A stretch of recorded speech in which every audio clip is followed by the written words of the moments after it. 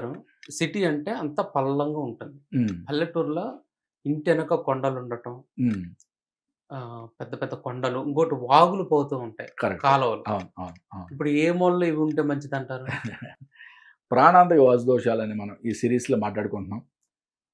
మనం ఇంతకు ముందు కూడా మాట్లాడుకున్నాం. ఓకే. ఎత్తు పొలాల గురించి మాట్లాడుకున్నప్పుడు నైరుతిలో చాలా హైట్ ఉండాలి అని మాట్లాడుకున్నాం. అది ఓకే. మనం కాంపౌండ్ వాల్ గురించి మన కాంపౌండ్ వాల్‌లో ఎట్లా ఫ్లోరింగ్ చేసుకోవాలి, మన ఇంటి పైన టెర్రస్ మీద ఎట్లా ఉండాలో మాట్లాడుకున్నాం. సూపర్. ఓకే. మరి ఇంటి బయటికెళ్ళాం. హ్మ్. ఇంటి బయటికెళ్ళిన తర్వాత మన ఇంటి బయట అంటే మన యొక్క పడమర దిక్కు గాని, దక్షిణ దిక్కు గాని పెద్ద పెద్ద కొండలున్నాయనుకో అవును. సూపర్ కదా! ఎక్సలెంట్. అంటే మన ఇంటి యొక్క పడమర భాగంలో గాని, నైరుతి భాగంలో గాని, దక్షిణ భాగంలో గాని పెద్ద పెద్ద కొండలు ఉన్నట్లయితే చాలా అద్భుతం.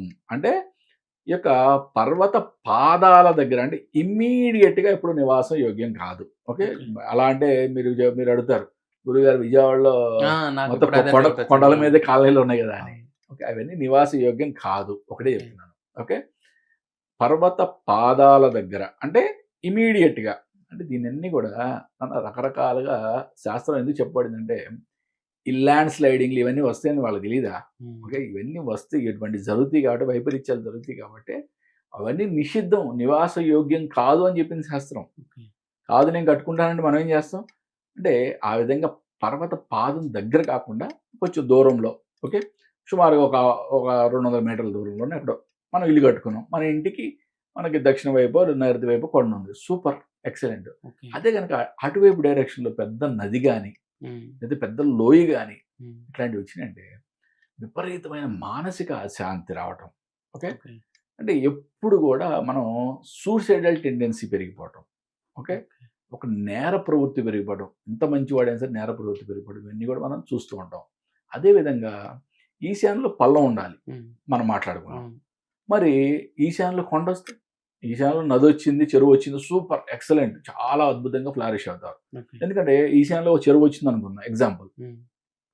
ఈశాన్యంలో చెరువొచ్చిందంటే ఆటోమేటిక్‌గా జియోగ్రఫికల్‌గా నీకు దక్షిణం వైపు నుంచి, పడమర వైపు నుంచి హైట్ ఉంటేనే గదా! అవును. ఈశాన్యంలో పెద్ద గొయ్యి ఏర్పడేది. అవును. అంటే జియోగ్రఫికల్‌గా నువ్వు ఇంక ఇవన్నీ చూసుకోవాల్సిన అవసరం లేదు. అంటే ఇంటికి ఈశాన్యంలో నీకు చెరువు ఉంది అంటే గనక అద్భుతం. జియోగ్రఫికల్‌గా యూ ఆర్ పర్ఫెక్ట్. ఓకే. కానీ అక్కడ పెద్ద కొండొచ్చింది. హ్మ్. అంటే ఏంటి? అంటే రివర్స్ కదా! అవును. ఎప్పుడైతే ఈ విధంగా పెద్ద పెద్ద హైట్ కొండలొచ్చినాయో, లేకపోతే ఏదన్నా పెద్ద పెద్ద గుట్టలు ఏర్పడినాయో ఉన్నాయి. ఉంటే మనకి దాన్ని కూడా మనం వంశనాశం, ప్రాణాంతకం కింద లెక్కేస్తాం. ఈ ప్రాణాంతక వాస్తు దోషాల సిరీస్‌లో మనం మన యొక్క కాంపౌండ్ వాల్, మన ఇంటి గురించి మాట్లాడుకోవడమే కాదు, పరిసర వాస్తులో మనం వీధి సూలలు, ఇట్లా నదులు, చెరువులు, కొండలు, గుట్టలు ఇట్లాంటి వాటి గురించి కూడా చాలా కేర్ తీసుకోవాలి. ఇప్పుడు ఫర్ ఎగ్జాంపుల్ ఇప్పుడు అమరావతి, హ్మ్. ఆంధ్రప్రదేశ్ రాజధాని అమరావతిలోనే ఎందుకు పెడుతున్నారు? ఓకే. ఉత్తర వాహినిగా కృష్ణా నది ప్రవహిస్తే హ్మ్. ఓకే. అద్భుతంగా, అద్భుతంగా ధనార్జన పెరుగుతుంది కాబట్టి. ఓకే. ఇది ఒక అద్భుతమైన శాస్త్ర పరిజ్ఞానంతో చేసే ఒక అద్భుతమైన డెసిషన్. ఇప్పుడు అదే విజయవాడ దక్షిణ వాహినిగా కృష్ణా నది ప్రవహిస్తుంటే పెరగదా గురువుగారు? హ్మ్. పెరుగుద్ది నాన్న. ఎందుకు పెరగదు? అభివృద్ధి అనేది జరుగుద్ది. కానీ ఎప్పుడైతే దక్షిణ వాహినిగా మనకి దక్షిణంలో మనకి అంత పెద్ద పెద్ద నదులు ప్రవాహం ఉంటుందో, మనం ఏం చెప్పుకున్నాం?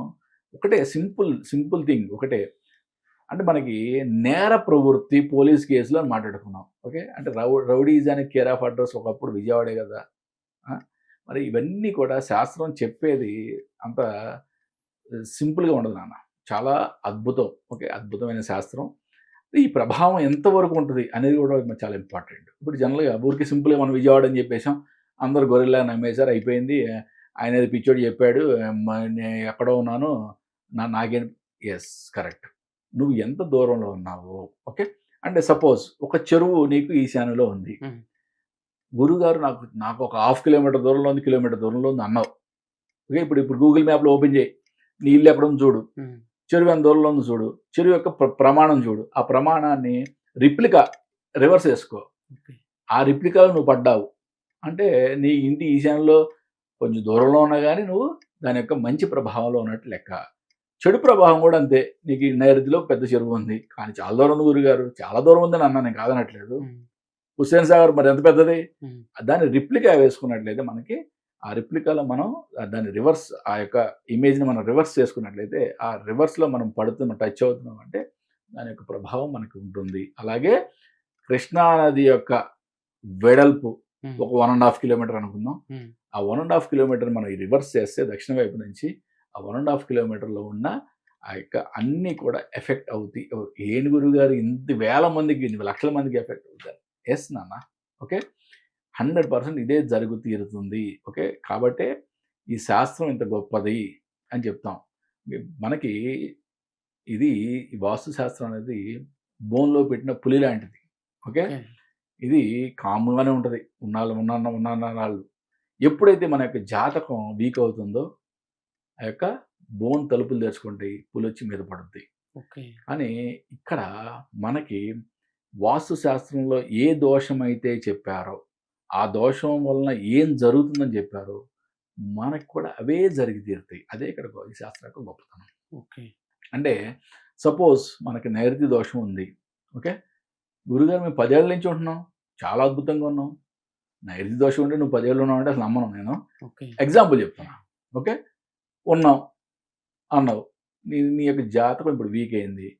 నైరుతికి సంబంధించిన పరిణామాలు ఏవైతే మనకు చెప్పబడినాయో అవే నీ ఇంట్లో జరుగుతాయి. ఓకే. ఆగ్నేయ దోషం ఉంది. ఏం గురువుగారు మా ఇంట్లో పెళ్ళే. ఇప్పుడు ఎవ్వరింటికెళ్ళినా అని చెప్పేది ఫస్ట్ ఇదే. అదేంటి గురువుగారు మాకు నలుగురు పిల్లలు పెద్దోళ్ళు చెప్తారు. మాకు నలుగురు, ఐదుగురు పిల్లలు అందరికి పెళ్ళిళ్ళు అయిపోయినాయి. ఇక్కడే అయి చేసాం, ఇది చేసాం, అక్కడ ఇల్లు కొన్నాం, ఇది అన్నీ కొన్నాం, అన్నీ అయిపోయినాయి, అన్ని సంకనాగిపోయావు. హ్మ్. ఓకే. ఇప్పుడు ఏం జరగాలి? ఇప్పుడు జ్యోతిష్యపరంగా వీక్ అయినప్పుడు అక్కడ ఏం జరగాలో, ఏ దోషం ఉందో అదే దానికి సంబంధించి మాత్రమే జరుగుతున్నాయి కదా! వేరే జరగట్లేదు కదా! అవును. అదే ఈ శాస్త్రం గొప్పతనం. గురువుగారు మీరు చెప్పినట్టు హ్మ్. ఇప్పుడు మన సిటీలో అయితేనో డ్రైనేజీ కాలువలు, అవును. పల్లెటూరులో తీసుకుంటే నాగార్జున సాగర్ పంట సాగు కాలువలు చిన్న చిన్న కాలువలు ఉంటాయి కదా! అవును. చిన్నయి అంటే మరీ చిన్నవి కాదు. ఆ! ఒక మోస్తారు కాలువలు యెస్. ఇంటి ముందు నుంచి ఎళ్తుంటాయి. అవును. ఆ నెలల్లో స్త్రీలేం చేస్తారంటే బట్టలు వాషింగ్ చేయటం జరుగుతది. కరెక్ట్. ఇప్పుడు ఇది కూడా మన ఇంటి మీద ప్రభావం చూపించే అవకాశం చూపిస్తదన్న. ఉందంటారా? మనకి తూర్పు, ఉత్తరాల్లో ఉన్నట్టయితే ఈ ప్రవాహం చాలా మంచిది. ఓకే. ఓకే. మనకని పడమర, దక్షిణాల్లో ఉన్నట్లయితే గనక ఈ ప్రవాహం మంచిది కాదు. ఇవన్నీ కూడా చిన్న చిన్నవి కాబట్టి వీటికి ఏం చెప్తామంటే మన యొక్క ఇంటి ప్రహరీని చాలా దృఢంగా నిర్మించుకోమని చెప్తాం. ఓకే. ఎప్పుడైతే ఇంటి ప్రహరీ దృఢంగా నిర్మించుకుంటామో మన యొక్క ఇంటి ప్రహరీ మనల్ని చాలా ప్రొటెక్ట్ చేస్తది. ఓకే. ఆ యొక్క నెగెటివ్ ఎనర్జీ నుంచి.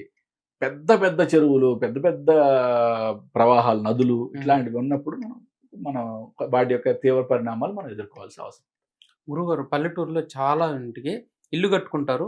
ఆ ఎనక స్థలం ఉంటుంది. పశువుల పాకాలుగా ఏర్పాటు చేస్తారు. కరెక్ట్. దానికి ఇంటికను ఆ పశువుల పాకకి కేటాయింపుగా చేయటం బెటర్ అంటారా? లేకపోతే అట్లా విడిగా వదిలేస్తే మంచిదంటారా? విడిగా ఉపగృహంలాగా కట్టడం మంచిది. ఎప్పుడు కూడా అంటే ఇంటిని టచ్ చేయడం వలన ఓకే. అది ఎటువైపు టచ్ అయింది, ఓకే. ఏ భాగం పెరుగుతుందనేది మనం చూసుకోవాలి. మనం ఓకే. ఫస్ట్ ఈ ప్రాణాంతక వాస్తు దోషాల్లో మనం మాట్లాడుకున్నాం. హ్మ్. ఏ డైరెక్షన్‌లో పెరిగితే మంచిది, ఏ డైరెక్షన్‌లో పెరగకపోతే మంచిదని మాట్లాడుకున్నాం. అంటే టచ్ చేసి కట్టినప్పుడు పాజిటివ్ డైరెక్షన్‌లో పెరిగితే ప్రాబ్లమ్ ఏం లేదు. కానీ నెగెటివ్ డైరెక్షన్‌లో పెరిగితే కాబట్టి ఏంటంటే ఇటువంటి పశువుల పాకలు గానీ, మరుగుదొడ్లు గానీ ఇట్లాంటివి పల్లెటూరులో కట్టేటప్పుడు వాటిని ఉపగృహాలుగా అంటే ఇంటికి టచ్ లేకుండా అలాగే ప్రహరీ గోడకి టచ్ లేకుండా దాన్ని ఒక సెపరేట్ ఉపగృహము ఓకే. ఓకే. ఒక సబ్ హౌస్ హ్మ్. దాన్ని ఒక సెపరేట్ హౌస్ లాగా దాన్ని నిర్మాణం చేసుకోవాలి. అలా చేసుకున్నట్లయితే మనకి ఎటువంటి వాస్తు దోషాలు ఏర్పడవు. గురువుగారు ఇంకొక విషయం ఏందంటే, మా ఫ్రెండు ఇల్లు కట్టేటప్పుడు మీరు చెప్పినట్టు ఉత్తరం వైపున ఒక మూలకి తేనె వచ్చింది. తేనె చుట్టూ. ఆ! వాళ్ళ దగ్గర డబ్బులు లేకపోయినా గాని అప్పటికప్పటికే డబ్బులు వచ్చేసి ఇల్లు పూర్తయిపోయింది. ఒక ఓకే. సిద్ధాంతి చెప్పాడంట. మంచి స్థానంలో తేనె ఇది నిజమేనా? నమ్మొచ్చా ఇది? నమ్మొచ్చు. నమ్మొచ్చు. అంటే కానీ వాటిని మనం కావాలని చెప్పి వాటిని మనం తరమడం అట్లాంటివి చేయకూడదు. అంటే ఒక నివాస యోగ్యం. అంటే ఇప్పుడు చీమల పుట్ట ఉన్నా కూడా, పాముల పుట్ట ఉన్నా కూడా వాటిని మనం తీసేసి నిర్మాణం చేయడం అనేది కరెక్ట్ కాదు. వాటికి కొన్ని శాంతులు ఉంటాయి. ఆ శాంతులు చేసుకున్న తర్వాత మాత్రమే మనం నిర్మాణం చేసుకోవాలి. ఇవన్నీ కూడా శాస్త్రంలో చెప్పబడింది. అవన్నీ కూడా మనం చేయాలి. అది చేస్తేనే మనకు కరెక్ట్. అంతేగాని లేకపోతే మనకి ఏదో ఒక తీవ్ర పరిణామాలు మనం ఎదుర్కోవాల్సొస్తది. ఇంకొకటి ఒక ఫ్యామిలీ నాశనం అయిపోయింది గురుదేవ. ఇది వాస్తు కిందకొస్తదో రాదో నాకు తెలీదు. హ్మ్. హ్మ్.